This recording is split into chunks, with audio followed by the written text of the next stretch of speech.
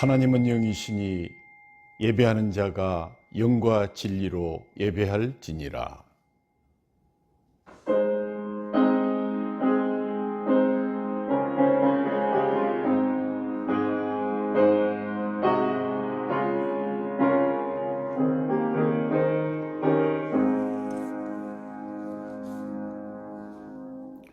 우리의 도움은 천지를 지으신 여호와의 이름에 있도다. 아멘. 다 같이 사도신경으로 하나님 앞에 우리의 신앙을 고백하시겠습니다. 나는 전능하신 아버지 하나님, 천지의 창조주를 믿습니다. 나는 그의 유일하신 아들 우리 주 예수 그리스도를 믿습니다.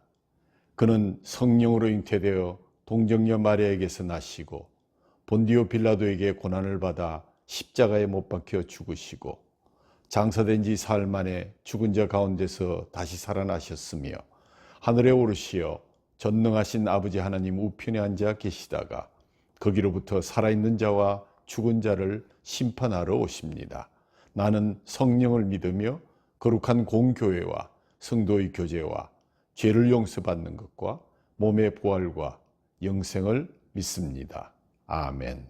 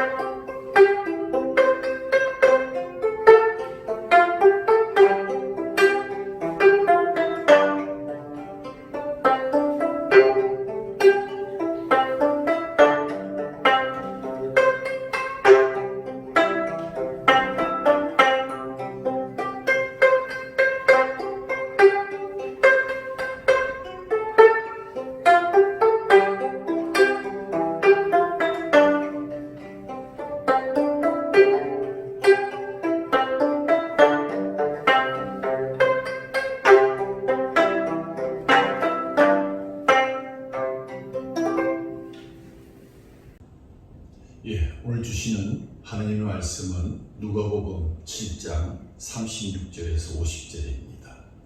제가 봉독하겠습니다. 한 바리새인이 예수께 자기와 함께 잡수시기를 칭하니 이에 바리새인의 집에 들어가 앉으셨을 때에 그 동네에 죄를 지은 한 여자가 있어 예수께서 바리새인의 집에 앉아 계심을 알고 향유 담은 옥합을 가지고 와서 예수의 뒤로 그 발 곁에 서서 울며 눈물로 그 발을 적시고 자기 머리털로 닦고 그 위에 그 발에 입 맞추고 향유를 부으니 예수를 청한 바리새인이 그것을 보고 마음에 이르되 이 사람이 만일 선지자라면 자기를 만지는 이 여자가 누구며 어떠한 자 곧 죄인인 줄 알았으리라 하거늘 예수께서 대답하여 이르시되 시몬아 내가 네게 이를 말이 있다 하시니 그가 이르되 선생님 말씀하소서. 이르시되 빚주는 사람에게 빚진 자가 둘이 있어 하나는 500데나리온을 졌고 하나는 50데나리온을 졌는데 갚을 것이 없으므로 둘 다 탕감하여 주었으니 둘 중에 누가 그를 더 사랑하겠느냐. 시몬이 대답하여 이르되 내 생각에는 많이 탕감함을 받은 자니이다. 이르시되 내 판단이 옳다 하시고 그 여자를 돌아보시며 시몬에게 이르시되 이 여자를 보느냐.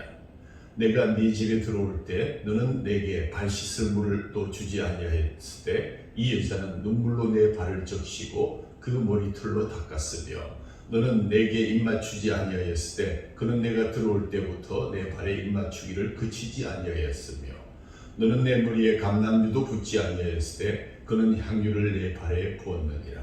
이러므로 내가 네게 말하노니 그의 많은 죄가 사하여졌도다. 이는 그의 사랑함이 많음이라. 사함을 받은 일이 적은 자는 적게 사랑하느니라. 이에 여자에게 이르시되 네 죄 사함을 받았느니라 하시니 함께 있는 자들이 속으로 말하되 이가 누구이기에 죄도 사하는가 하더라. 예수께서 여자에게 이르시되 네 믿음이 너를 구원하였으니 평안히 가라 하시니라. 아멘. 오늘도 거룩한 주일을 맞아서 주님 앞에 나와 예배하시는 모든 성도님들 가정과 또 주님께 세우신 이 길교회 위에 주님의 은혜와 평강이 충만하시기를 빕니다. 특별히 오랫동안 기도하면서 초청하고자 기다리시다가 드디어 오늘 교회로 모시고 나온 분들도 계십니다. 나오신 분들도 조금은 어색하겠고 또 모시고 나온 분들도 마음이 아마 두근두근 하실 겁니다. 우리 서로 한번 축복해 주실까요? 주님의 은혜와 평강이 충만하시기를 바랍니다. 주님의 은혜와 평강이 충만하시기를 바랍니다. 화가 폴 호그는 이런 말을 했습니다. 존재하지 않는 것을 상상할 수 없다면 새로운 것을 만들어낼 수도 없으며 자신만의 세계를 창조하지 못하면 다른 사람이 묘사한 세계에 머무를 수밖에 없다. 전 세계 경제 포럼으로 가장 유명한 매년 초 열리는 다보스 포럼에서 약 5년 전 2016년 1월에 제4차 산업혁명이라는 그러한 주요 이슈를 가지고 전 세계 화두로 등장하게 된 것이 바로 제4차 산업혁명입니다. 그 여파는 그 이전의 산업혁명의 보편화한 시기보다 훨씬 더 빠르게 우리 생활에 침투해 오고 있습니다. 앞으로 다가올 미래에는 인공지능뿐만 아니라 다른 여러 혁신적인 기술들이 우리 생활에 침투해서 많은 변화를 가져올 것이 분명하며 이미 우리는 그 영향력의 중심권에 들어가 있습니다. 코로나 팬데믹으로 인해서 잠시 그 발걸음이 멈추어선 것 같지만 정보통신 기술의 급진적인 발전과 확산은 모든 것이 상호 연결되고 더 진화되는 초연결성, 초진화된 사회로 변화될 것으로 예측되고 있습니다. 이에 최근에 창의적인 사고, 이것은 바로 사회나 개인에게 새로운 가치를 창출하는 능력으로 간주되고 있고 조직에서도 신입사원을 뽑을 때 반드시 창의적인 사고를 확인하고 또 그런 사람들을 선호하는 경향을 보이고 있습니다. 물론 창의적인 사고란 기존의 지식이나 정보, 경험, 노하우를 조합하여서 새로운 가치를 창출해내는 잠재력인 사고 능력을 말합니다. 즉 창의적인 사고란 당면한 문제를 해결하기 위해서 이미 알고 있던 경험 지식을 해체하고 새로운 아이디어를 다시 도출하는 것으로 개인이 가지고 있는 경험 지식을 통해서 새로운 가치를 아이디어로 다시 결합함으로써 참신한 아이디어를 산출하는 힘을 말하는 것입니다. 이런 창의적 사고의 특징을 몇 가지 살펴보면 첫째는 창의적 사고는 정보와 정보를 조합할 뿐만 아니라 그 조합을 최종적인 해답으로 통합해야 되는 과정이 있습니다. 두 번째로 창의적 사고는 사회나 개인에게 새로운 가치를 창출해 줍니다. 세 번째로 창의적 사고는 창조적인 가능성을 부여합니다. 창의적 사고에서 사고력을 비롯해서 생각과 태도에 걸친 전인적인 가능성까지도 포함되고 있는 것입니다. 이러한 창의적인 사고력을 신장시키기 위해서 모험심, 호기심, 적극적인 또 예술적인 집념과 끈기, 자유분방적인 태도가 필요합니다. 창의적 사고는 사회나 개인에게 새로운 가치를 창출하는 능력인데 오늘 본문에 나온 한 여인을 통해서 고정관념을 뛰어넘는 창조적인 사고와 헌신을 여러분과 함께 나누고자 합니다. 여러분, 하나님을 믿는 것과 우상 숭배와는 어떤 차이가 있다고 생각하십니까? 여기 처음 예배하러 나오신 분들도 아마 대강 답은 아실 것 같습니다. 첫째는 그 대상이 다르죠. 하나님을 믿는다는 것은 창조주이신 참 하나님을 믿는 것인데 우상 숭배란 피조물을 신이라고 생각하며 믿는 것, 가짜 신을 믿는 것입니다. 더 중요한 것은 하나님을 믿는 것과 우상을 숭배하는 것은 신앙의 원리도 전혀 다릅니다. 하나님을 믿는 신앙은 하나님이 먼저 우리를 사랑해 주시고 은혜를 베풀어 주신다고 믿습니다.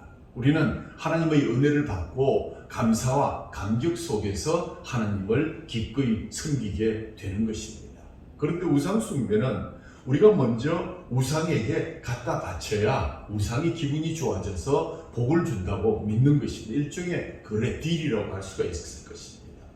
우상숭배의 원리를 잘 드러내는 그 이야기는 바로 심청전에 나타나 있습니다. 심청전에서 뱃사람들이 용왕을 어떻게 믿습니까? 처녀를 바다에 던져주면 용왕이 처녀를 받고 기분이 좋아져서 바다를 평온하게 해준다고 믿고 있지요. 그래서 뱃사람들이 심청을 쌀 300석에 사서 인당수에 던지는 것입니다. 이 모습을 잘 보십시오. 용왕은 사람들을 사랑하지 않습니다. 그냥 처녀만 내놓으라고 얘기합니다. 그래서 처녀를 바쳐야만 복을 준다는 것입니다. 특히 용왕은 사람들에게 바른 삶을 살아라고 요구하지 않습니다. 뱃사람들도 용왕의 뜻을 묻지 않습니다. 그냥 처녀만 구해서 바치면 평안하게 바다를 지나갈 수 있다고 생각하는 것이 바로 우상숭배의 원리입니다. 이에 관해서 우리 하나님, 창조주이신 하나님은 전혀 대조적이십니다. 우선 하나님은 우리가 이 땅에 있기도 전에 당신이 먼저 우리를 사랑하시고 우리에게 은혜를 베푸시고 절대로 우리가 무엇을 바치면 기분이 좋아져서 우리를 사랑해 주시는 그런 분이 아니십니다. 하나님이 먼저 우리를 사랑하셨고 또 이것은 천지 창조 때부터 잘 나타나 있습니다. 태초에 하나님이 우리를 창조해 주셨습니다. 여러분, 하나님이 우리를 만드시고 생명을 주셔서 이렇게 사람으로 존재하게 해주신 것이 얼마나 큰 은혜인지요. 여러분, 부모님의 은혜 중에 가장 큰 은혜가 무엇입니까? 나를 낳아주신 것이지요. 나를 세상에 태어나 사람으로 살게 해주신 것이 부모님의 가장 큰 은혜가 될 것입니다. 그렇다면 하나님의 가장 큰 은혜는 무엇입니까? 우리가 있기도 전에 우리를 사랑으로 창조해 주셨고 또 우리가 살 수 있는 그러한 땅과 물과 바다를 만들어 주셨습니다. 원래 우리는 없었습니다. 아무것도 아니었습니다. 그런데 하나님이 우리를 생명체로 존재하게 해주신 것입니다. 우리가 무엇을 바쳐서 우리에게 생명을 주신 것이 아닙니다. 우리는 없었습니다. 아무것도 하지 않았습니다. 하나님이 일방적인 은혜로 우리에게 생명을 주신 것입니다. 더욱이 하나님은 우리를 피조물 중에서 가장 고귀한 인간으로 만들어 주셨습니다. 우리가 지렁이보다 더 잘한 게 있어서 사람으로 만들어 주신 게 아닙니다. 우리는 존재하지도 않았고 아무것도 한 게 없습니다. 하나님이 그냥 은혜로 우리를 고귀하게 만들어 주신 것입니다. 하나님의 은혜가 먼저 우리에게 임했습니다. 하나님 우리에게 먼저 은혜를 베풀어 주신 후에 반드시 계명을 주십니다. 왜 계명을 주실까요? 우리에게 주신 은혜를 잘 지키도록 하기 위함입니다. 하나님이 주신 생명을 잘 지킬 수 있도록 계명을 주셔서 이렇게 살아라고 우리에게 그 룰을 주신 것입니다. 하나님의 형상으로 만들어 주신 그 고귀함을 지킬 수 있도록 계명을 주셨는데, 그래서 하나님의 계명은 우리에게 짐이 아니라 축복입니다. 계명은 하나님의 축복을 계속해서 누리게 하려고 주신 축복의 방편입니다. 신명기 6장 24절을 보십시오. 여호와께서 우리에게 이 모든 규례를 지키라 명령하셨으니 이는 우리가 우리 하나님 여호와를 경외하여 항상 복을 누리게 하기 위하심이며 또 여호와께서 우리를 오늘과 같이 살게 하려 하심이라. 그래서 하나님은 우리를 창조하신 후에 선악과를 먹지 말라는 계명을 주신 것입니다. 여러분, 선악과 계명이 없었으면 우리가 죄 안 짓고 더 좋았을까요? 아닙니다. 선악과 계명이 없었다면 사람에게 금지된 것이 하나도 없어지게 되어서 사람이 모든 것을 자기 마음대로 했겠지요. 사람이 이렇게 살면 교만해지고 하나님을 잊어버리게 되었을 것입니다. 그러나 선악과 계명이 있으면 선악과를 볼 때마다 하나님을 생각하게 만듭니다. 아, 동산의 모든 실과를 다 맺게 하시고 우리를 먹게 하셨는데 저 나무의 열매만은 하나님이 못 먹게 하셨지. 그것은 내 위에는 하나님이 계시고 이 만물을 지으신 이가 하나님이라는 사실을 우리에게 가르쳐주는 놀라운 표시야. 그러면서 하나님을 생각하고 스스로 겸손해지도록 그러한 계명을 주신 것입니다. 선악과는 우리가 하나님을 잊지 않고 늘 하나님 앞에서 살도록 돕는 축복이었습니다. 그렇습니다. 하나님은 먼저 우리를 사랑하시고 은혜를 베풀어 주시고 복을 주십니다. 그리고 우리가 그 하나님의 은혜와 복을 마음껏 계속해서 누릴 수 있도록 계명을 주신 것입니다. 우리는 하나님의 은혜를 받고 하나님의 계명대로 순종만 하면 되는 것입니다. 하나님은 우리의 재물을 받고 기분이 좋아져서 우리에게 복을 보너스로 더 주시는 분이 아니십니다. 하나님을 이렇게 믿는 것은 하나님을 우상처럼 섬기는 것에 지나지 않습니다. 아주 잘못된 신앙입니다. 우리는 절대 이것을 거꾸로 생각해서는 안 됩니다. 예수님을 우상처럼 섬기던 주의 제자들과 따르던 무리들이 결국은 예수님을 배반하고 떠나간 것도 예수님을 율법을 잘 지키면 복을 주셔서 로마의 압제에서 벗어나게 하실 것이라는 잘못된 우상적 신앙관 때문이었습니다. 하나님은 계명을 먼저 주시고 계명을 지키면 복을 주시는 분이 아니십니다. 이미 우리에게 먼저 은혜를 주셨고 복을 주셨고 또 먼저 다 주신 후에 그것을 잘 누리도록 우리에게 계명을 주셨다는 사실을 우리는 기억해야 할 것입니다. 하나님의 이런 모습은 천지 창조에만 나타나는 것이 아닙니다. 하나님의 모든 역사에 다 나타납니다. 한 가지만 더 예를 들어보자면 출애굽 사건을 보십시오. 이스라엘 백성이 애굽에서 종살이를 하고 있을 때 하나님께서 계명을 먼저 주시고 그것을 지키니까 구원해 주셨습니까? 아닙니다. 먼저 은혜로 구원해 주셨습니다. 하나님께서는 이스라엘 백성이 애굽에 내려가기 훨씬 전에 이미 아브라함에게 약속하셨습니다. 창세기 15장 13절에 14절 말씀입니다. 여호와께서 아브라함에게 이르시되 너는 반드시 알라 내 자손이 이방에서 객이 되어 그들을 섬기겠고 그들은 400년 동안 내 자손을 괴롭히리니 그들이 섬기는 나라를 내가 징벌할지며 그 후에 내 자손이 큰 재물을 이끌고 나오리라. 그리고 때가 되매 이 약속대로 구원을 해 주셨습니다. 출애굽기 2장 24절에서 25절 하나님이 그들의 고통 소리를 들으시고 하나님이 아브라함과 이삭과 야곱에게 세운 그의 언약을 기억하사 하나님이 이스라엘 자손을 돌보셨고 하나님이 그들을 기억하셨더라. 예수님의 구원도 마찬가지입니다. 인간을 창조하신 하나님은 인간이 죄를 지어 멸망하게 되자 인간을 구원하시려고 예수님을 보내주셨습니다. 그래서 이제는 지옥에 갈 우리에게 영생을 주시는 예수님의 십자가 구원이 가장 큰 은혜가 되었습니다. 그런데 인간이 무엇을 잘해서 예수님이 오신 게 아닙니다. 오히려 인간이 너무나 악한 죄인이고 율법도 지키지 못하고 절대로 부패해서 다시는 회복될 수 없는 저희들을 보시고 하나님의 일방적인 은혜로 예수님을 먼저 보내주셨습니다. 그래서 예수님도 세상에 오셔서 죄인들을 그냥 다 받아주시고 구원해 주셨습니다. 죄인이 율법을 지키고 제물을 드려야 구원받는 것이 아니었습니다. 그냥 예수님을 구원자로 믿기만 하면 구원받는 것입니다. 우리가 구원받는 것도 예수님의 은혜가 먼저입니다. 우리는 먼저 예수님의 은혜로 구원을 받고 그 은혜 감사해서 예수님을 찬양하고 예수님을 배우고 예수님을 섬기게 되는 것입니다. 제가 서두에서 창의적인 사고, 창조적인 사고에 대한 말씀을 잠시 들었습니다. 성경을 읽으면서 성경에서 가장 창조적인 사람, 창조적인 사고를 가진 사람은 누구일까를 생각하다가 여러 사람을 들 수가 있겠지만 오늘 성경 본문이 소개하는 죄인, 어떤 분에게 보면 장녀, 이 여자가 제1의 다크호스로 떠올랐습니다.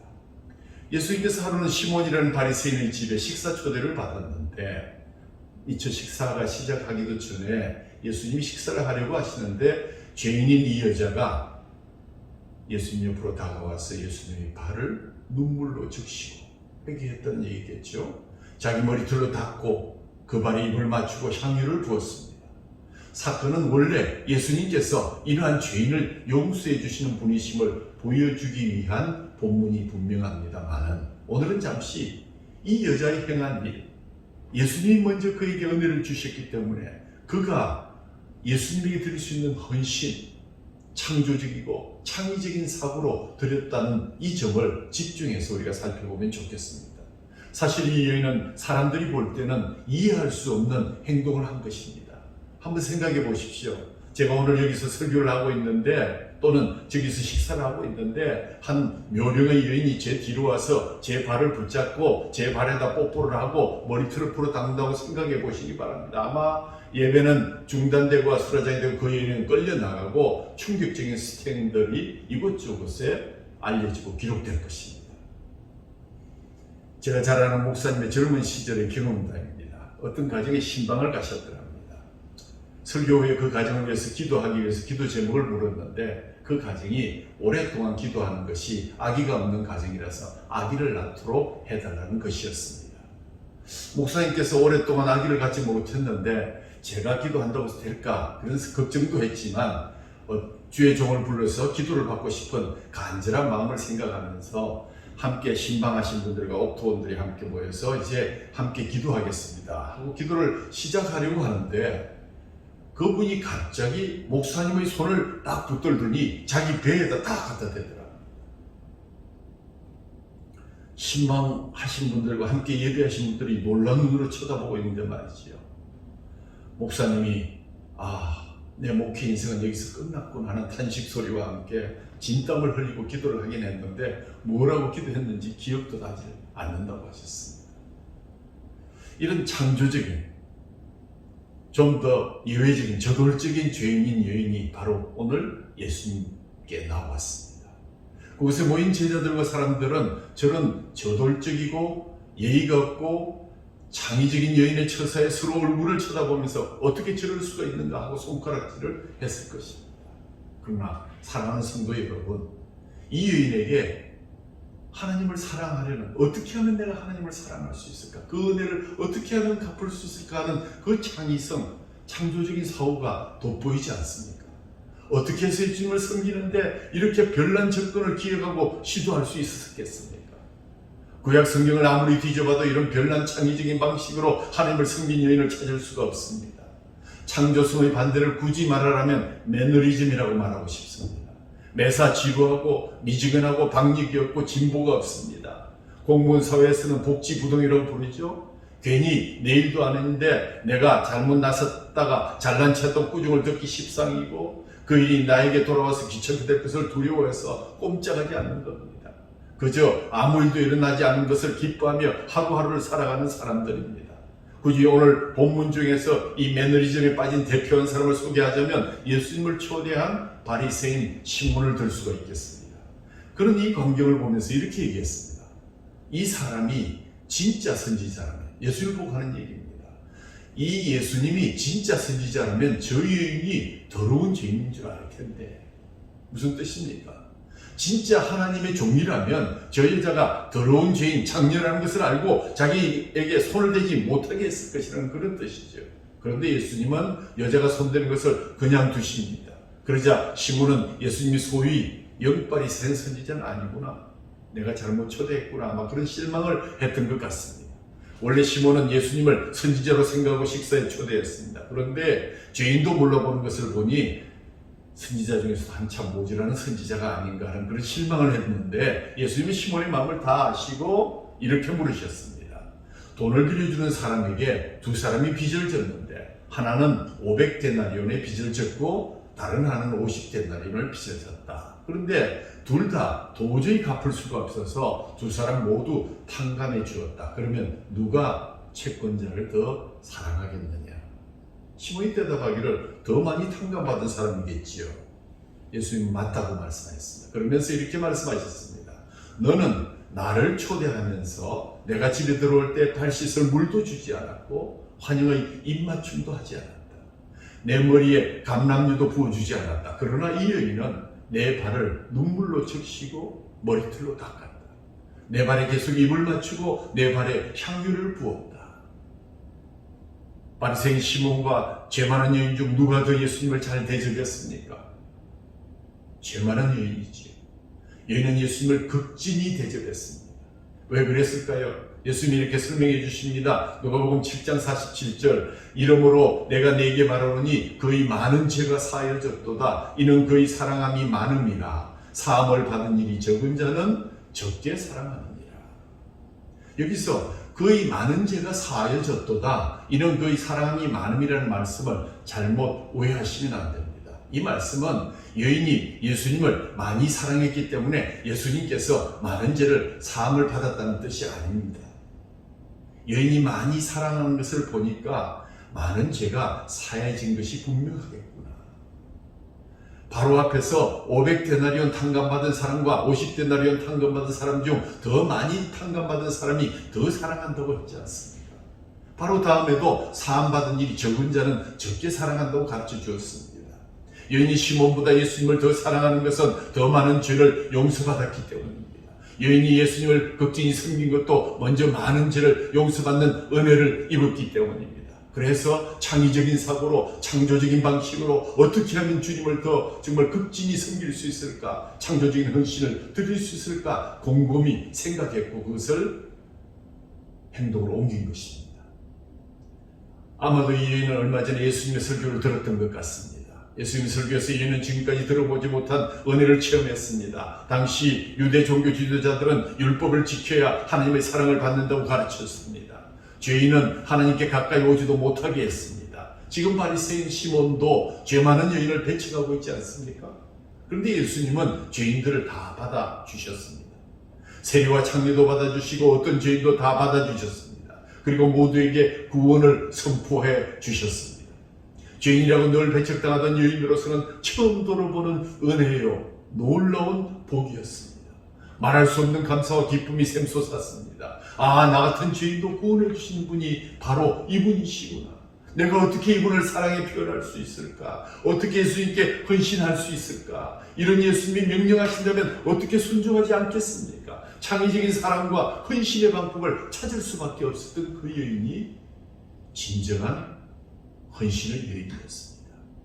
그러나 매너리즘에 젖어있던 바리새인 시몬은 달랐습니다. 시몬은 예수님이 자기의 죄를 용서해 주시고 구원해 주신 분이라고 생각하지 않았습니다. 그냥 하나님의 말씀을 가르치는 선지자 정도로 생각했습니다. 선지자라고 생각하니까 그 정도의 대접만 한 것 같습니다. 시몬은 자기가 의롭게 사니까 하나님의 은혜가 더 필요 없다고 생각했습니다. 예수님의 구원의 은혜 같은 것은 더 이상 필요하지 않다고 생각한 것 같습니다.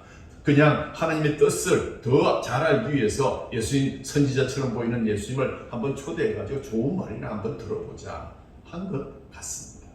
그래서 예수님을 이렇게 선지자로 생각하는 사람은 선지자의 대접을 할 수밖에 없었습니다. 절대 예수님을 구원자로 믿고 섬기며 순종할 수가 없었던 것이죠. 내가 식사에 초대도 했고 내가 나오기 싫은 교회도 나와 주었는데 예수님이 알아서 발 닦고 좋은 말씀을 하고 돌아가십시오. 전형적인 매너리즘에 빠진 자의 모습이 바로 오늘 시몬의 모습입니다. 참으로 어리석은 자입니다. 죄에서 구원하여 하나님의 자녀 삼아주시고 영생을 주시는데 이왕 나스님이 좀 더 적극적으로 좀 더 그분을 더 알고 그분께 구원을 허락받고 믿음으로 그를 영접했더라면 교회 문턱만 밟고 구원은 점점 멀어지고 만다면 이처럼 불쌍하고 어리석은 자가 어디 있겠습니까? 우리도 마찬가지입니다. 예수님을 믿을 때 인류의 위대한 스승 정도로 믿는 사람은 예수님을 선지자로 믿는 것과 비슷합니다. 예수님을 이렇게 믿으면 절대로 예수님을 극진히 사랑할 수가 없고 혁신적인 또 이 창조적인 아이디어로 주님을 섬길 수가 없습니다. 그럴 필요를 느끼지 않기 때문입니다. 예수님께 전적으로 헌신하지 못합니다. 예수님을 위해서 목숨을 바치지 못합니다. 예수님을 믿을 때는 아무도 해결해 줄 수 없는 나의 죄를 용서해 주시고 나를 구원해 주시는 진정한 구원자로 믿어야 하는 것이 바로 여기에 그 의미가 있는 것입니다. 500데나리온을 빚진 자의 절박한 심정으로, 아니 이 500데나리온을 조건 없이 탕감해 주신 한량없이 은혜를 깨닫고 있는 머리 없는 머리 다 굴려서 내 가진 것 다 걸고서 주님을 감동시킬 우리의 차례가 다가왔는데 우리는 어떻게 해야 되겠습니까? 이 여인을 위해서 향해서 손가락을 질을 계속해야 되겠습니까? 아니면 이 여인을 본받아서 우리도 창조적인 헌신에 그 대열에 서야 하겠습니까? 그럼 먼저 내가 죄인이라는 것부터 알아야 됩니다. 내 입으로 도저히 내 죄를 해결할 수 없었는데 500데나리온이 아니라 5000데나리온이 넘는 엄청난 빚을 지고 있는데 주님께서 그것을 다 탕감해 주셨고 지금 길 걸어가시는 하나님 앞에서 내 죄를 무슨 공로로 용서받을 수 있었겠습니까? 더욱이 나는 계속해서 죄를 지을 것인데 내 힘으로는 이 죄의 용서를 받을 수도 없을 뿐만 아니라 구원은 생각조차 할 수 없었는데 우리는 내 자신이 이렇게 비천한 죄인이라는 것을 솔직히 깨닫고 인정해야 할 것입니다. 우리가 무슨 공로로 죄를 용서받겠습니까? 오직 하나님이 먼저 우리를 사랑해 주셔서 예수님을 보내주셨고 예수님이 우리 죄를 위해서 그 참혹한 십자가의 고통을 먼저 당하시고 죽어 주셨기 때문에 우리가 죄를 용서받고 구원을 받아서 하나님의 자녀가 되어서 이렇게 예배하며 살아가는 것이 아니겠습니까? 하나님이 이런 놀라운 은혜를 먼저 내려주셨습니다. 우리는 아무 공로도 없이 그냥 이런 구원의 은혜를 받게 된 것입니다. 우리가 이것을 바로 깨닫게 된다면 죄 많은 여인처럼 주님을 각별하게 창의적으로 사랑하려고 발부둥쳐야 마땅할 것입니다. 사실 우리는 이 여인처럼 뜨겁게 주님을 사랑하라는 설교를 할 필요가 없습니다. 왜냐하면 여인처럼 가장 고귀한 것을 주님께 바쳐서 헌신하라는 설교도 필요 없습니다. 오직 예수님이 먼저 베풀어 주신 십자가의 은혜를 깨닫기만 한다면 우리는 저절로 그렇게 창의적이고 혁신적인 방법으로라도 주님을 만나고 주님께 헌신해야 하기 때문입니다. 우리가 예수님의 은혜를 체험하고 예수님을 사랑하면 저절로 예수님이 원하시는 삶을 살기 위해서 최선을 다하게 되지 않겠습니까? 교회는 그리스도의 몸이기 때문에 약한 지체를 더 귀히 여기고 우리가 서로 다른 지체이지만 모두가 머리이신 예수 그리스도께부터 하나가 되어야 한다는 말씀을 우리는 굳이 기억하지 않아도 저절로 실천하게 될 것입니다. 우리 모두가 온전한 샬롬을 이루는 공동체가 되게 될 것입니다. 왜냐하면 그분이 먼저 아무런 조건 없이 우리를 사랑해 주셨기 때문입니다. 그럼 혹시 우리 마음에 이런 생각이 들지도 모릅니다. 우리가 어떻게 이 성경에 가르쳐주는 그런 거룩한 주님의 몸된 교회를 이룰 수 있겠는가? 맞습니다. 우리의 생각과 힘으로는 그런 교회를 이루기가 참으로 힘듭니다. 우리가 아무리 그런 교회가 되려고 노력해도 잘 안 됩니다. 하나님 말씀을 듣고 그 말씀이 옳다고 믿어도 그 말씀대로 실행할 힘이 우리에게는 없는 것이 사실입니다. 그래서 우리는 말씀을 듣고 결심해도 그것을 실행하지 못하고 오히려 더 크게 실망할 때도 있습니다. 그렇다면 어떻게 해야 그런 교회를 이루고 어떻게 해야 이런 여인의 헌신을 우리가 할 수 있겠습니까? 주님의 은혜를 믿고 전적으로 의지하셔야 합니다. 여러분 잊지 마십시오. 하나님이 먼저 우리에게 은혜를 내려주셨습니다. 예수님이 십자가와 부활로 먼저 구원의 길을 열어주셨습니다. 우리가 아무리 죄인이어도 주님은 다 받아주시고 하나님의 자녀로 맞아주셨습니다. 성령님은 우리를 하나로 만들어주셨습니다. 하나님은 이미 우리 교회를 구원과 평강으로 한 몸이 되도록 은혜를 베풀어 주셨습니다. 우리가 이런 은혜를 받는 것은 전혀 불공평한 처사입니다. 그러나 우리는 이런 은혜를 이미 받았습니다. 우리에게 중요한 것은 이미 받은 은혜를 깨닫고 절박한 심정으로 어떤 방식으로 주님을 섬길 수 있을까 고민하고 고뇌하고 실천하는 것이 우리의 의무입니다. 우리는 우리의 머리로 깨달을 수 있는 것이 아닙니다. 성령님의 감동으로 깨닫게 됩니다. 사실 우리는 이런 은혜를 믿고 있습니다. 그러니까 오늘도 주님 앞에 나와서 예배하고 있는 것 아니겠습니까? 그러나 우리는 이런 믿음이 자꾸 흔들립니다. 낙심하게 되고 사랑과 헌신이 식게 됩니다. 왜 그렇습니까? 사탄이 자꾸 우리의 믿음을 흔듭니다. 너 같은 게 무엇을 할 수 있겠다고 빈정거립니다. 너 같은 장녀가 뭐 예수님 앞에 나아갈 수 있겠다고 그러느냐고. 예수님이 식사하는데 거기 가서 그런 향유를 붓는다고 해서 너희가 뭐 큰 용서를 더 받을 수 있다고 생각하느냐고. 우리도 그런 사탄의 말을 들으면 낙심이 될 때가 있습니다. 그러나 여러분 속지 마십시오. 성령님은 우리에게 믿음을 주십니다. 그리고 믿음은 소망을 믿게 하는 것입니다. 그래서 우리 성령님의 감동 속에 우리는 예수님의 은혜로 천국에서 영생을 누릴 것이라는 소망을 가지고 나아갈 수 있습니다. 그리고 예수님의 은혜로 이제 하나님을 영화롭게 하는 귀한 하나님의 자녀가 될 것이라는 소망을 가지고 하나님의 뜻을 이루어드리는 좋은 교회가 될 수 있다는 소망을 믿고 우리가 이런 소망을 믿을 때 그 믿음을 소망으로 이루어지는 것입니다. 내 힘으로 해야 한다면 우리는 할 수가 없습니다. 그러나 하나님이 이미 은혜를 베풀어 주셨고 하나님의 자녀가 되는 축복을 주셨고 좋은 교회를 이룰 수 있다는 소망의 믿음도 주셨습니다. 성령님의 열매와 은사도 약속해 주셨습니다. 우리에게 자격이 있어서 주신 게 아니라 하나님의 사랑으로 먼저 주셨습니다. 사랑하는 성도 여러분, 로마서 5장 8절 말씀을 기억하십니까? 우리가 아직 죄인이었을 때 그리스도께서 우리를 위하여 죽으심으로 하나님께서 우리에 대한 자기의 사랑을 확증하셨느니라. 먼저 우리를 사랑하신 주님의 은혜를 믿고 의지하시기를 바랍니다. 그러면 주님을 향한 뜨거운 사랑과 헌신의 마음이 절로 생기게 될 것입니다. 그럴 수 있는 힘도 생기게 될 것입니다. 그런 방법도 생각나게 될 것입니다. 우리 모두가 주님이 먼저 베풀어 주신 그 놀라운 은혜를 깨닫고 의지하여 창조적으로 주님을 뜨겁게 사랑하고 교회를 헌신하는 가운데 하나님이 기뻐하시는 교회를 이루어 하나님께 영광을 돌리고 세상을 구원하며 우리도 기쁨과 보람이 넘치는 복된 신앙생활을 할 수 있기를 간절히 소원합니다. 주님의 은혜를 깨닫고 창의적인 사랑의 방법을 발상하고 실행하는 것은 우리의 의지로 되는 것이 아니라 성령님이 도와주셔야 합니다. 성령님 도와주십시오. 주님이 먼저 은혜를 베풀어 주셨고 이제 우리의 창의성을 발휘할 차례입니다.